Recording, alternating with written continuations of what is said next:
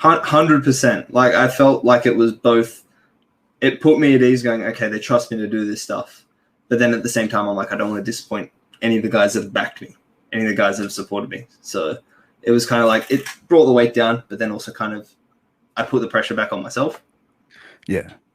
But even then, like, like I've spoken to many, many wrestlers, and I always say, how was that first match?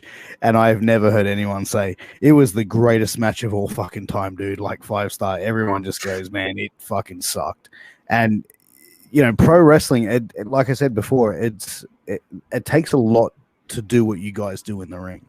Yeah. And to do it at a very, very high level, it's that next step up. And I think that, with pro wrestling, no one's great at it straight off the bat. It's like no one just goes over to piano and starts playing Mozart.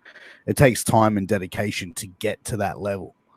Not everyone just comes out as that Mick Moretti level and, and can do these amazing, crazy stuff straight off the bat. Like, everyone takes time. And I think that that's probably where even the trainers and the people that back you understand that. So it's like, I don't think that even if you went out there and had an abysmal match, which I doubt you did, but I'm sure that it wouldn't have been a disappointment to them though.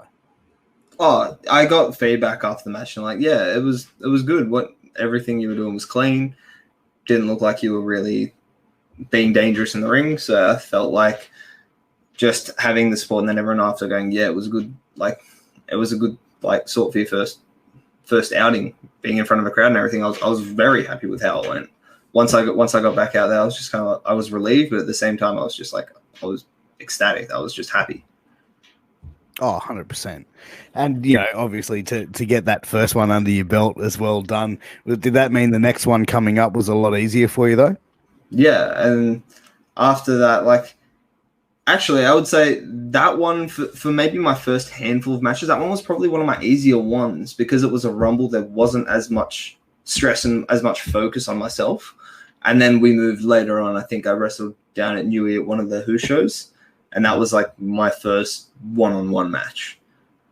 After I got that one under my belt, that's when I was just kind of like, okay, now it's kind of setting back in. Like, I can do this pretty much. Who was that match against? Brad Alexander. Yeah. And how was the match? Was he a newbie as well at the time, or is he a veteran? No, so Brad had been wrestling for a while before that. Like, he's Will Keatis's old tag partner. Okay. So I knew of him, and I knew what he was like, what he kind of did.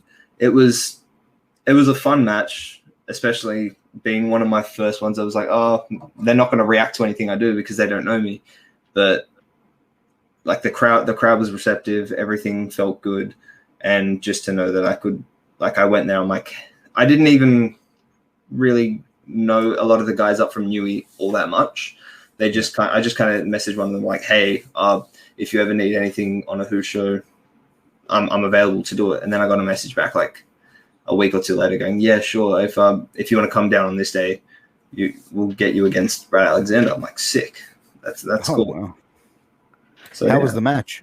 It was fun. Like, it was real good. And especially for being one of my first matches, I think it was actually one that I was actually more proud of when I first started. Like, even to now, like, I look back on that match, I'm like, yeah, it wasn't the greatest match of all time, but I was still very happy with how it went for just at what skill level I believe I was at.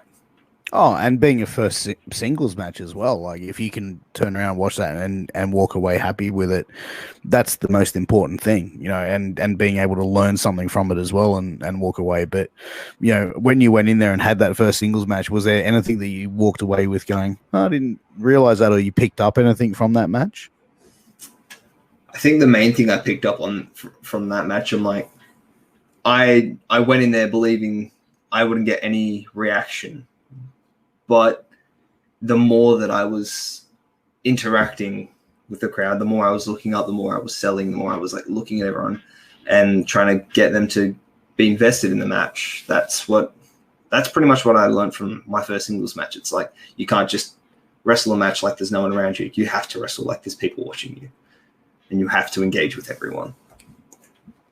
And do you think that, like, some wrestlers find that hard to do? Especially when you're first starting out, yeah.